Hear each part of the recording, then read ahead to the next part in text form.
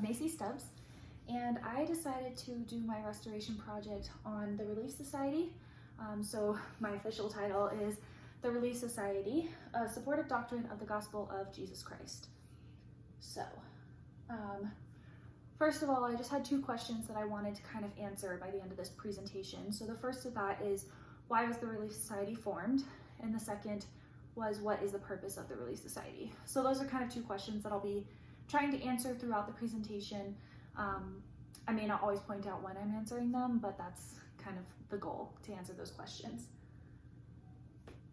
So the unit of study that this presentation falls under is Unit 10. So that was the Nauvoo unit. So it was just talking about when the Relief Society was formed. And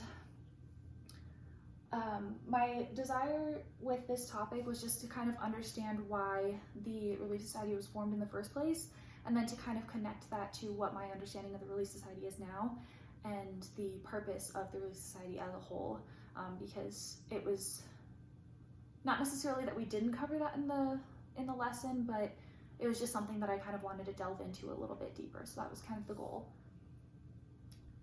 So I decided that this was a supportive doctrine, mostly for the reason that the Relief Society isn't necessarily mentioned a ton in the scriptures, but it is widely accepted as a legitimate institution by the Quorum of the 12 Apostles and by the First Presidency, and it has been for many, many years. So that's kind of why I decided that it was probably a supportive doctrine versus like a core doctrine or whatever. So I had two academic sources. One was just titled Relief Society, and that was from the Encyclopedia of Mormonism. And the second was The First 50 Years of Relief Society, Key Documents in Latter-day Saints Women's History, and that was by the Church Historians Press. So in the Relief Society source, they talked about the motto, "Charity never faileth." And so that was kind of their explanation for what the purpose of Relief Society is. And the second document said that these women believed that their full integration into the privileges and blessings and gifts of the priesthood, as Joseph Smith told the Relief Society, was essential to the complete restoration of the primitive gospel as taught by Jesus Christ and his apostles. So that was kind of what the women understood as the reason that the Relief Society was implemented. It was to kind of organize the church in a way and allow the women to be a little bit more organized, as there was obviously priesthood organization, but there wasn't necessarily organization for the women up until that point. So next I wanted to just talk about some church talks / church documents that I found relating to this subject. So the first was Something Better, the Female Relief Society of Nauvoo, and that was from Daughters in My Kingdom, the History and Work of Relief Society.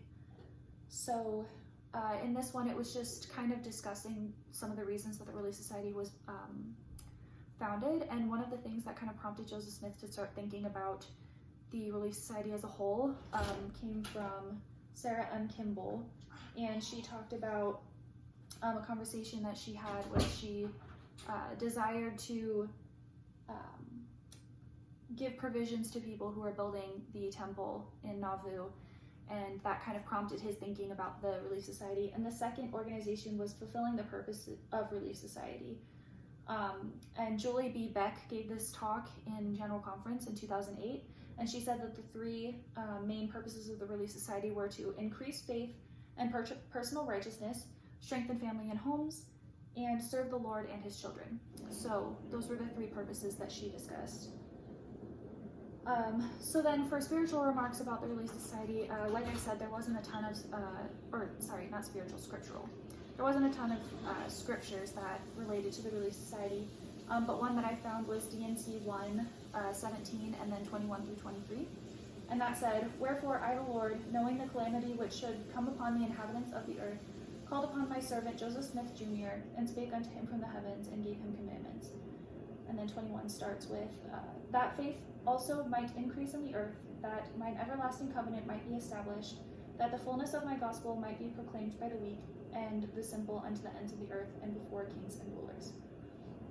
So this one was just talking about the Lord's desire for Joseph Smith to kind of organize the church, and then it was talking about how part of the members' responsibility was to kind of spread the gospel to everybody. So that was what that one was talking about. And then the second scripture that I found was D&C 42:45, and it says, "Thou shalt live together in love, insomuch that thou shalt weep for the loss of them that die, and more especially for those that have not hope of a glorious resurrection."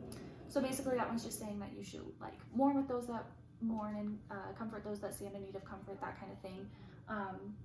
And so it was just talking about, specifically it was talking about the priesthood, but I think it applied pretty well to Relief Society and kind of those goals and concepts as well. So then for my Joseph Smith paper source, I found the Relief Society minutes in Nauvoo, and the quote that was stated in that was, "The Society of Sisters might provoke the brethren to good works in looking to the wants of the poor, searching after objects of charity and in administering to their wants, to assist by correcting the morals and strengthening the virtues of that female community, and save the elders in the trouble of rebuking, that they may give their time to other duties and in their public teaching." So basically it was just saying that the Relief Society is there to kind of support the brethren in whatever they need and to share their faith with each other. So that was kind of what that was saying.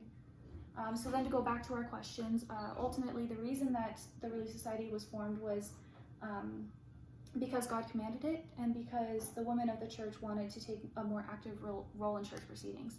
This is one thing that I'm very grateful for, because I find that I really appreciate the opportunity to serve others, and then the main goal and purpose of the Relief Society is just to serve others. So my main takeaway is just, despite the worries that women are seen as inferior within the church, it is clear to me that without the responsibilities of the Relief Society, the church would not function as it does today, and there wouldn't be even as much compassion, I think, as there was before. So this is my presentation. Thank you.